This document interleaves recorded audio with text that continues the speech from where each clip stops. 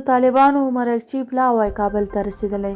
دا چې څو کسان دي او له چا سره به ګوري، آیا ولسمشر غني سره به وګوري؟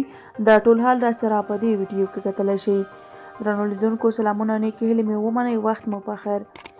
طالبانو 3 کسیز پلاوی مو د خبرو لپاره کابل ته رسېدلی. وسلوالو طالبانو ویلي د دې ډلې یو 3 کسیز پلاوی له افغان حکومت سره د بندیانو د خلاصون پر موضوع د خبرو لپاره کابل ته رسېدلي. د دې ډلې ویان ذبیح الله مجاهد پر خپل ټویټر پاڼه لیکلي، دا پلاوی به د بندیانو د خلاصون د جریان څارنه کوي او پر تخنیکي برخه به د اړتیا وړ اقدامات ترسره کوي. تر دې وړاندې طالبانو ویلي وو چې د دوی 10 کسیز پلاوی به د نړیوال سره صلیب ادارې پر مرسته او منځګړیتوب کابل ته ځي. ښاغلي مجاهد BBC ته وویل د کرونا وایرس له کبله د لګېدلو محدودیتونو او کرنټین له کبله د دوی پلاوی له 15 کسانو 10 کسانو ته کم شو او اوس بالاخره 3 کسان د خبرو لپاره کابل ته رسېدلي. تر دې وروسته د افغانستان د ملي امنیت شورا او طالبانو ویلي وو چې دا پلاوی به د سره صلیب نړیوالې ادارې پر مرسته او منځګړیتوب کابل ته ځي.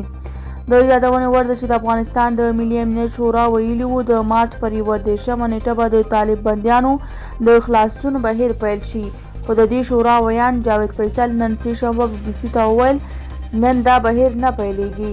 تر اوسه معلومه نه ده چې د طالب بندیانو د خلاصون بهیر ولې پر ټاکلې نیټه نه پیلېږي، خو افغان حکومت له دې وړاندې ویلي چې پر دې برخه کې کره تضمین او ډاډ ته اړتیا لري. بلې خوا اروپایي ټولنې هم پر یوه اعلامیه کې د افغان حکومت مرکچی پلاوی په اړه د افغان سیاسي مشرانو د هوکړې هرکلی کړی او دا یې د بین الافغاني خبرو پیل او پر کور دننه د سیاسي بحران د ختمولو یو مهم ګام بللی. د یادې ټولنې په اعلامیه کې پر طالبانو غږ شوی چې د سولې خبرو ته کلکه ژمنتیا ښکاره کړي او تاوتریخوالی کم او د دوحې د هوکړې پر اساس د اوربند پر موضوع معناداره خبرې وکړي.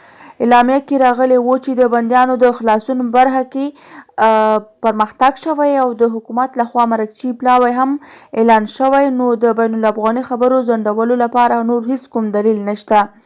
اروپایي ټولنې پر طالبانو غږ کوي چې د حکومت مرکچی پلاوی درناوی وکړي او رغنده خبرې ورسره وکړي.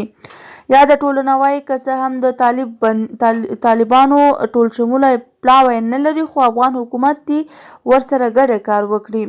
افغان حکومت تر اوسه کابل ته د طالب پلاوی د ورتګ پخلی نه دی کړی.